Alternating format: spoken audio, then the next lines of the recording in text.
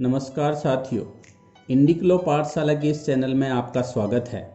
आज हम बहुत ही महत्वपूर्ण विषय पर बात करने जा रहे हैं। इस वीडियो को आप अंत तक जरूर देखिएगा। कोई भी कैंडिडेट लॉ ग्रेजुएशन या पोस्ट ग्रेजुएशन के बाद एक अजीब से रास्ते पर आकर खड़ा हो जाता है कि अब मैं क्या करूं, कहां जाऊं, कौन सा फील्ड चुनूं। तो इस वीडियो में हम लॉ ग्रेजुएट और पोस्ट ग्रेजुएट कैंडिडेट की इसी परेशानी को सुलझाने तथा सही राह दिखाने की कोशिश करेंगे। साथियों, लॉ करने के बाद एक कैंडिडेट के पास लॉ बेस्ड जॉब कौन कौन से होते हैं, आज इसी की चर्चा करेंगे ताकि लॉ ग्रेजुएट कैंडिडेट उसके बारे में अवेयर रहें। सबसे पहले तो एक लॉ ग्रेजुएट कैंडिडेट को ऑल इंडिया बार एग्जामिनेशन को पास कर अपना रजिस्ट्रेशन बार काउंसिल में करवा लेना चाहिए, क्योंकि जॉब के लिए कुछ लॉ बेस्ड एग्जाम होते हैं जिनमें बार काउंसिल का रजिस्ट्रेशन मांगा जाता है। ऑल इंडिया बार एग्जामिनेशन पर भी जल्द ही एक वीडियो इस चैनल पर आपको उपलब्ध हो जाएगा। सबसे पहले हम बात करते हैं जुडिशियल एग्जाम की, जो हर लॉ ग्रेजुएट का एक सपना होता है। जुडिशियल एग्जाम की दो कैटेगरी होती हैं, first lower judicial service and second higher judicial service. Lower judicial service के लिए कैंडिडेट की एज 21 ईयर से 35 ईयर के बीच में हो। अलग अलग स्टेट के अकॉर्डिंग एज का वेरिएशन हो सकता है। इस सर्विस के लिए एग्जाम में बैठने हेतु एडवोकेसी के एक्सपीरियंस की वर्तमान में आवश्यकता नहीं है। इस एग्जाम को पास करने के बाद सिविल जज की पोस्ट पर नियुक्ति होती है। दूसरी है हायर जुडिशियल सर्विस। इस एग्जाम में अपीयर होने के लिए एज 35 से 45 ईयर तक है तथा साथ ही 7 ईयर का एडवोकेसी का एक्सपीरियंस भी होना आवश्यक है। इस एग्जाम को पास करने के बाद एडिशनल डिस्ट्रिक्ट जज की पोस्ट पर नियुक्ति होती है।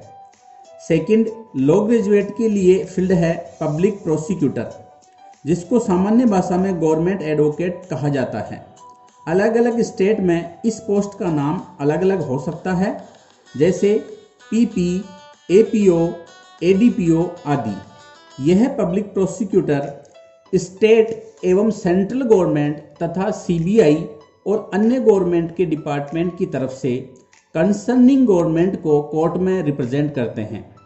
तीसरा बहुत ही महत्वपूर्ण फील्ड है, जो बहुत ही कम कैंडिडेट को पता होता है, वो है इंडियन आर्मी में जैग अर्थात जज एडवोकेट जनरल की पोस्ट।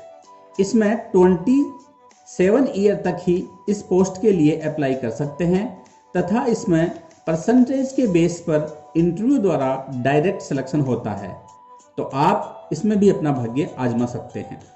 फोर्थ फील्ड है लीगल ऑफिसर इन बैंक, जो बैंक में लीगल मैटर को हैंडल करते हैं।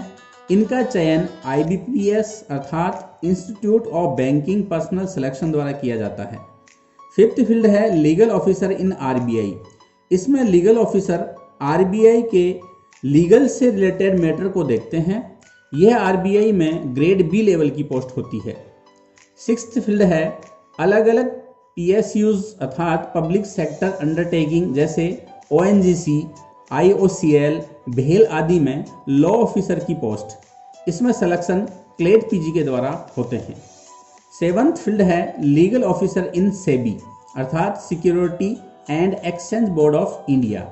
इसमें लीगल ऑफिसर की पोस्ट बहुत कम निकलती हैं। इसका कंपटीशन बहुत ही टफ होता है।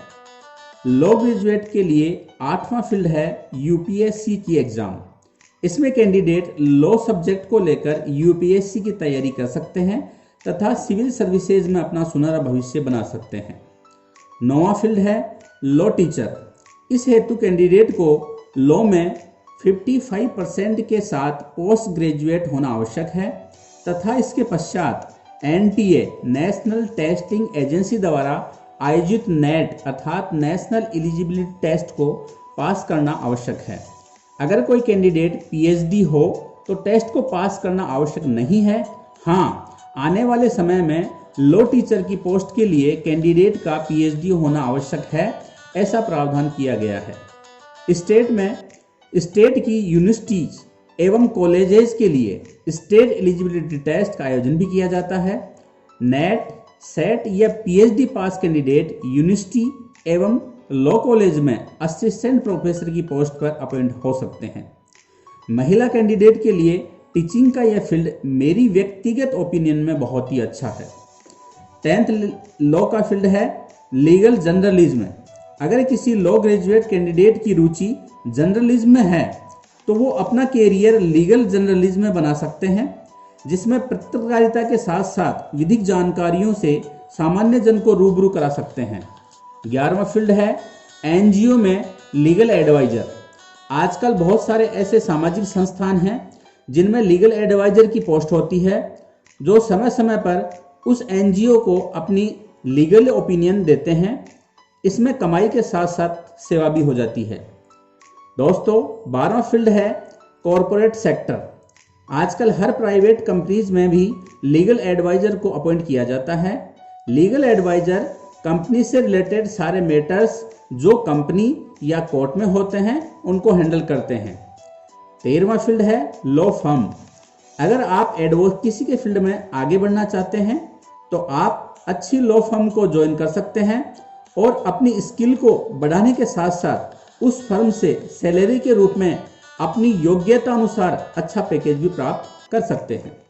14वां फील्ड है लीगल एंटरप्रेन्योरशिप। इसमें आप लॉ से जुड़े नए नए स्टार्टअप कर सकते हैं जो कि जस्टिस डिलीवरी सिस्टम को आसान बनाने की बात करते हों। लॉ से रिलेटेड कोई ऐसा आइडिया जिसमें लीगल सिस्टम के द्वारा लोगों को आप एक प्लेटफॉर्म दे सकते हो। गवर्नमेंट द्वारा नए स्टार्टअप के लिए आजकल आर्थिक मदद भी दी जाती है। 15वां एवं अंतिम इम्पोर्टेंट फील्ड है परंपरागत एडवोकेसी का। यह ऐसा फील्ड है जो लॉ ग्रेजुएट स्वतंत्र रूप से प्रारंभ कर सकते हैं। बार काउंसिल में रजिस्ट्रेशन के बाद आप भारत के किसी भी न्यायालय में प्रैक्टिस कर सकते हैं। यह ऐसा क्षेत्र है जिसमें असीम संभावनाएं हैं। इसमें आप अपने बॉस स्वयं होते हैं। भारत में ऐसे बहुत से एडवोकेट हैं जिनकी पर डे की हियरिंग के अकॉर्डिंग कमाई लाखों में है, जिन्होंने राष्ट्रीय एवं अंतर्राष्ट्रीय लेवल पर बहुत नाम एवं पैसा कमाया है। इन सब इम्पोर्टेंट फील्ड के अलावा भी लॉ ग्रेजुएट के लिए बहुत सारी संभावनाएं हैं। जरूरत है अपनी संकल्प शक्ति को प्रबल करके लक्ष्य निर्धारित कर अपने पुरुषार्थ से उस मंजिल को पाने की जिद की।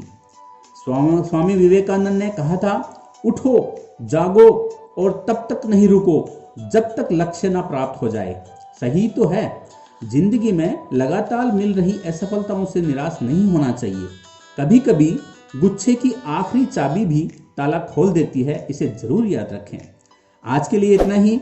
आपको वीडियो अच्छा लगा हो तो इसे शेयर एवं लाइक कर दीजिए। चैनल को सब्सक्राइब कर बेल आइकॉन को प्रेस कर देवें ताकि सभी नोटिफिकेशन आप तक पहुंचते रहें। फिर मिलते हैं नए विषय के साथ। बहुत बहुत धन्यवाद।